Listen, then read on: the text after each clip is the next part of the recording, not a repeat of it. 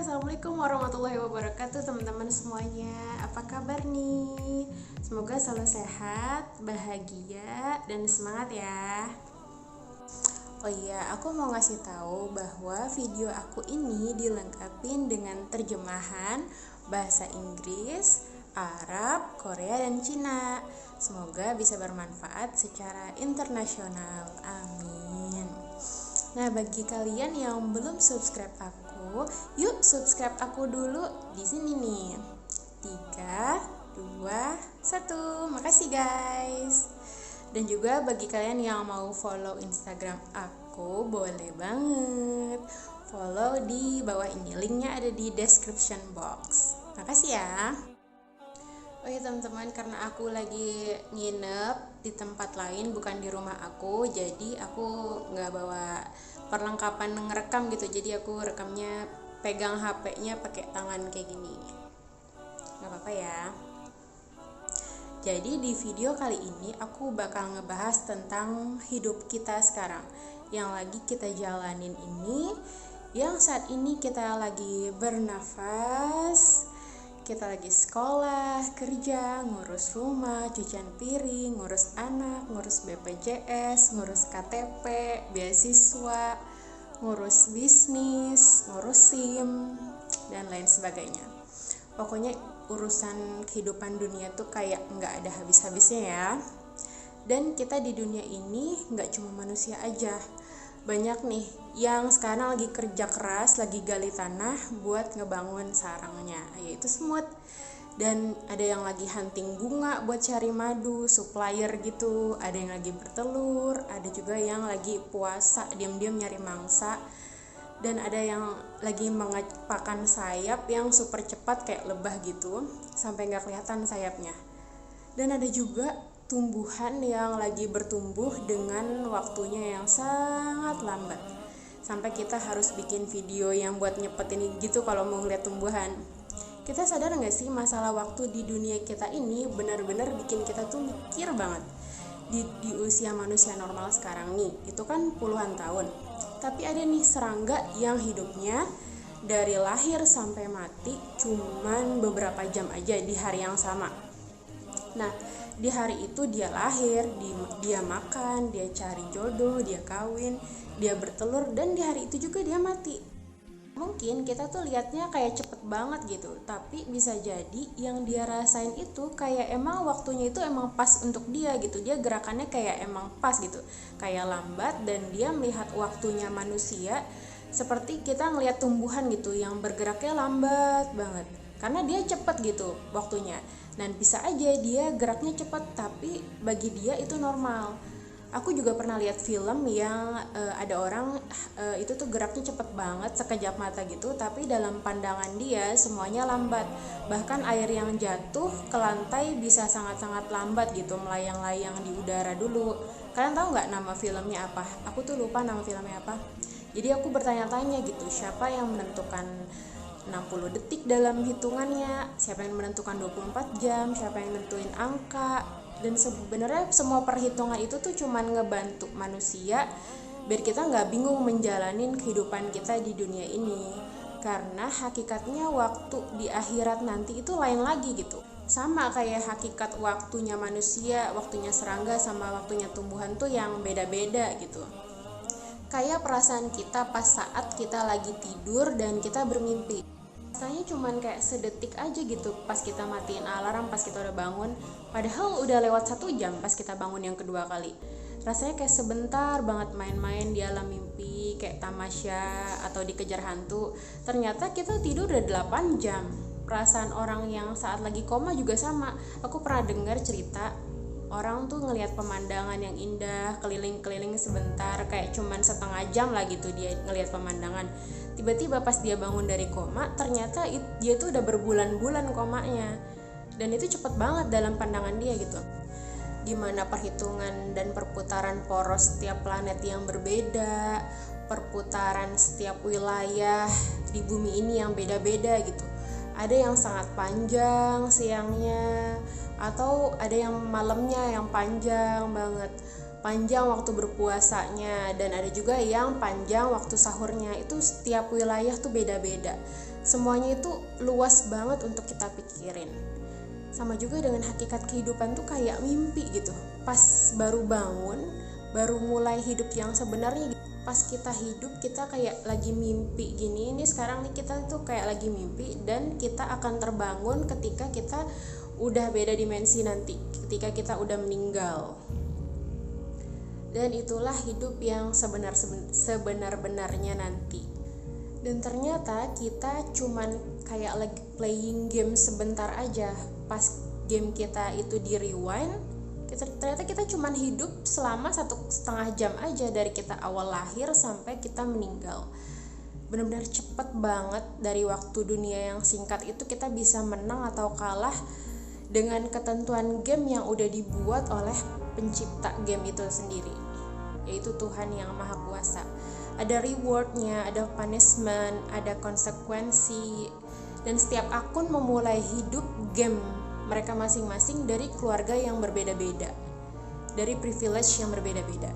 Setiap akun punya jalan cerita yang berbeda-beda, punya tantangan yang beda-beda. Bahkan ada akun yang nggak tahu tentang game ini gitu, nggak sadar. Dia harus cari tahu dulu tentang apa itu dunia ini, kenapa saya ada di sini gitu, kenapa saya diciptakan, untuk apa saya diciptakan, untuk apa saya ada di sini, bagaimana cara menjalanin hidup ini atau game ini, bagaimana akhir dari game ini.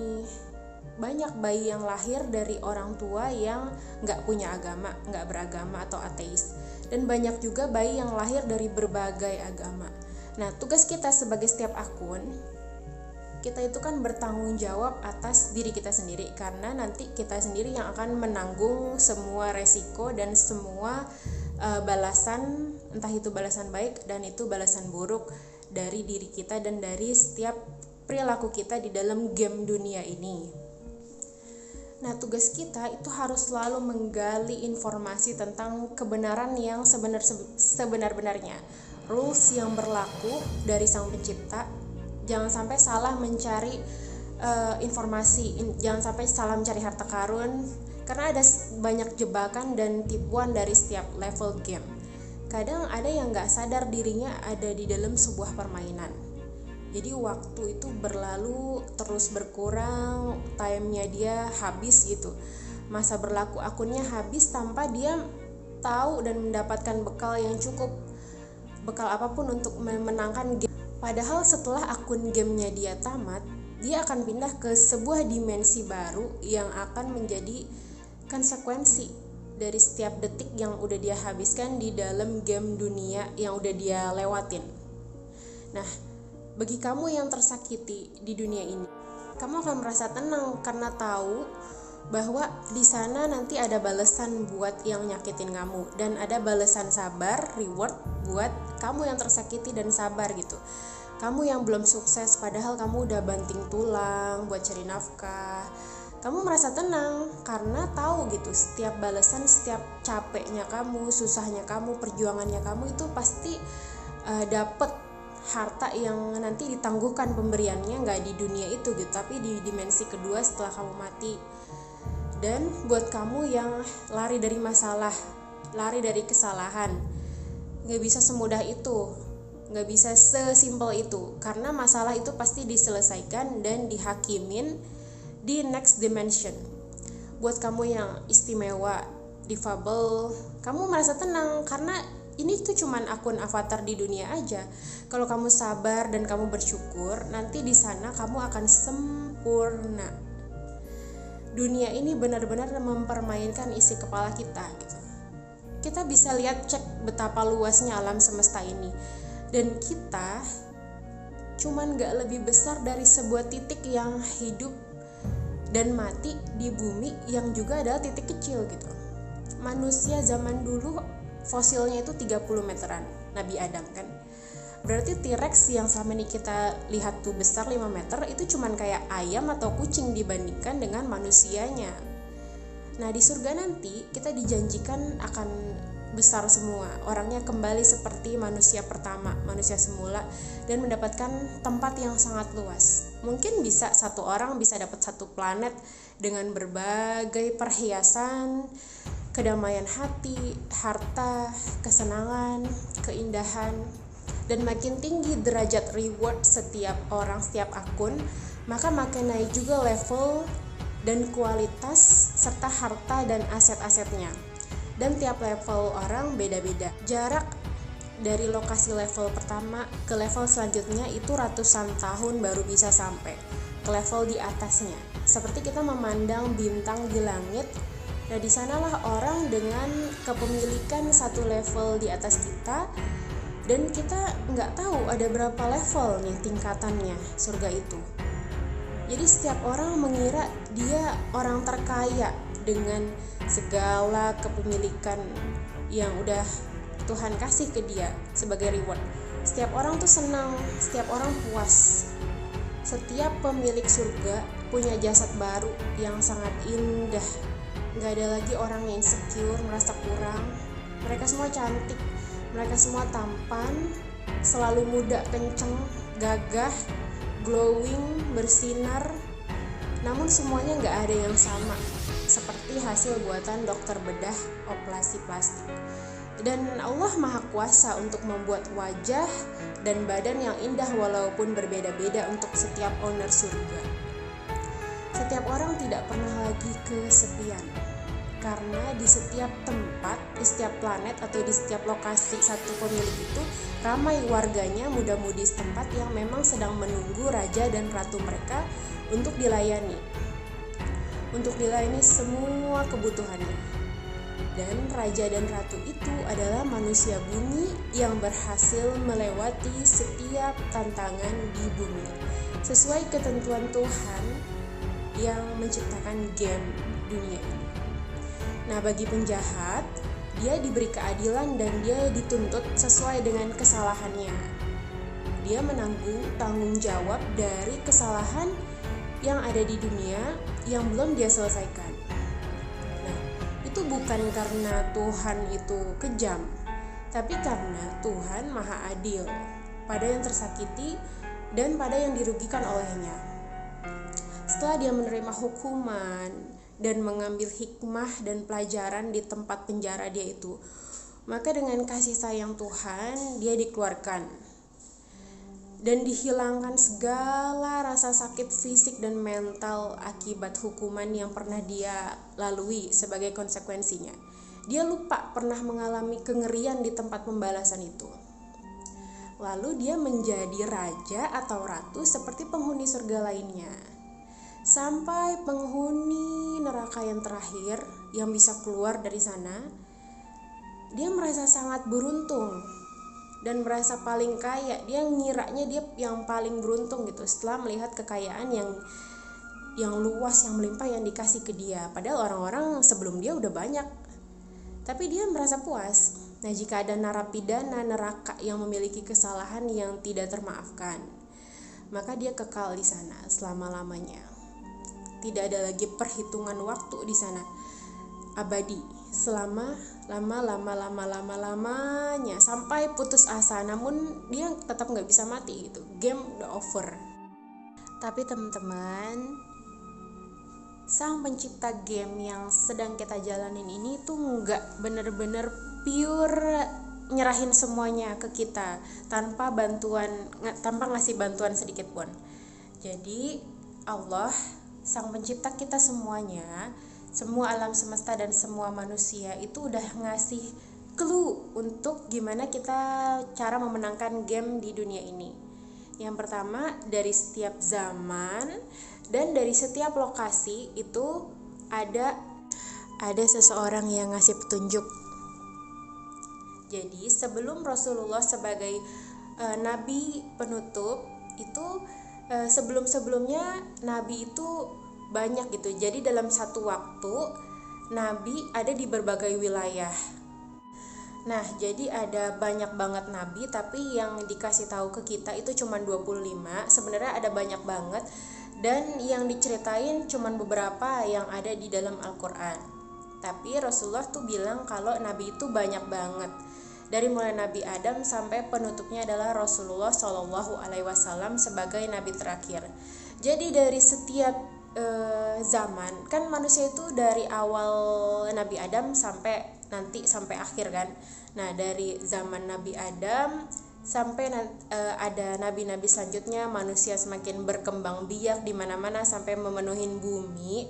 Nah itu setiap wilayah kan nggak mungkin karena belum ada telekomunikasi yang bisa kayak sekarang gitu, semuanya bisa broadcast. Jadi di setiap lokasi itu ada orang yang akan menuntun kita supaya kita menjalani game ini dengan baik dan benar, dan nantinya kita setelah meninggal bisa mendapatkan yang dijanjikan gitu. Jadi di setiap lokasi ada nabi, di setiap zaman ada nabi. Nah itu adalah salah satu clue-clue yang diberikan oleh sang pencipta game dunia ini untuk setiap akun yang mau memenangkan game. Nah setiap nabi itu punya guide, punya tuntunan masing-masing, punya tuntunan dan rules-nya masing-masing. Jadi nabi yang ini gimana rules-nya supaya masuk surga dan supaya terhindar dari neraka harus begini. Nah beda lagi dengan rules nabi-nabi selanjutnya. Dan sampai di nabi terakhir Rasulullah Shallallahu Alaihi Wasallam, Nabi Muhammad itu rulesnya nggak berganti sampai nanti selesai dunia ini dihancurkan. Jadi dari Rasulullah itu hidup kan 1400 tahun yang lalu sampai sekarang nggak ada lagi tuh nabi, dan berarti nggak ada lagi rules yang berganti, yang berubah. Jadi tetap rulesnya Rasulullah, Nabi Muhammad gitu. Nah kita yang lahir muslim itu kan beruntung banget ya. Jadi kita tinggal ngikutin aja yang diajarin sama guru ngaji kita, diajarin sama orang tua kita, diajarin sama guru-guru kita di sekolah. Itu udah kayak tinggal dibaca, tinggal kita gunakan, tinggal kita pakai di setiap ujian-ujian yang Tuhan kasih di setiap kehidupan kita. Nah gimana nih buat orang yang dia lahirnya dari nggak tahu apa-apa, nggak dikasih tahu, bahkan orang tuanya mungkin nggak punya agama atau mungkin agamanya lain gitu. Nah gimana caranya dia bisa mendapatkan informasi yang benar untuk menjalani game ini? Nah Allah menciptakan kita dengan modal akal. Modal akal ini yang membuat kita terus mencari gitu kebenaran. Nah di nabi terakhir Rasulullah punya mukjizat, namanya mukjizat atau keajaiban itu namanya Al-Quran. Nah di dalam Al-Quran ini, di dalam setiap perkataan Allah sang pencipta itu banyak hal-hal yang bisa diterima oleh akal. Kayak misalnya sains yang banyak ditemukan di dalam Al-Quran, walaupun 1400 tahun yang lalu itu masih nggak masuk akal gitu. Kayak menceritakan tentang sungai di bawah laut, menceritakan tentang lautan yang tidak bersatu walaupun mereka gabung, menceritakan tentang kadar udara di gunung, terus menceritakan tentang ilmu-ilmu pengetahuan tentang perkembangan janin, yang padahal Rasul pas mengucapkan hal itu tuh Rasul bukan bidan, bukan juga dokter, bukan tabib, tapi Rasul mengatakan sesuai dengan yang diterima oleh akal gitu dan bisa dibuktikan dengan sains gitu. Jadi ketika Rasul menceritakan tentang hal-hal yang misalnya akhirat yang belum bisa kita buktikan gitu, tapi di dalam satu buku yang sama, di dalam Al-Quran itu banyak menceritakan hal-hal yang bisa kita buktikan. Jadi banyak orang-orang yang memang dari lahir sampai dia menjalani hidupnya itu belum Islam, belum bisa mendapatkan cara hidup yang benar sampai dia bisa memenangkan game dunia ini. Tapi pada akhirnya di tengah-tengah perjalanannya, karena dia terus mencari informasi dan dia open mind, dia nggak peduli itu yang ngomong dari siapa, dari muslim atau bukan muslim, walaupun muslim itu disebut teroris, tapi dia tetap cari gitu. Dia juga cari ke berbagai agama, dan pada akhirnya banyak orang yang memang merasa Islam adalah the real rule dari God gitu, asli. Dan ketika kita mengikutinya, kita mendapatkan ketenangan, kita mendapatkan ketenangan sebagai kita menyandarkan diri kita kepada Tuhan. Kita punya jiwa penghambaan yang tercukupin dari kita bersandar pada Tuhan. Terus juga rule yang kita pakai di dunia ini itu baik gitu. Kita harus baik sama tetangga, kita harus baik sama istri, kita harus baik sama suami. Itu setiap aturannya itu berguna untuk di dunia, untuk kita berkehidupan yang aman dan damai, dan juga menghasilkan reward yang bagus untuk di second life kita. Jadi menurut kalian gimana nih? Kalian termasuk akun, dan aku juga termasuk salah satu akun yang masih dalam game ini. Tulis ya di bawah komentarnya. Nah, segitu dulu dari aku. Cerita-cerita kita kali ini. Jangan lupa subscribe ya guys. Assalamualaikum warahmatullahi wabarakatuh. Besok kita cerita-cerita lagi ya. Komen di bawah.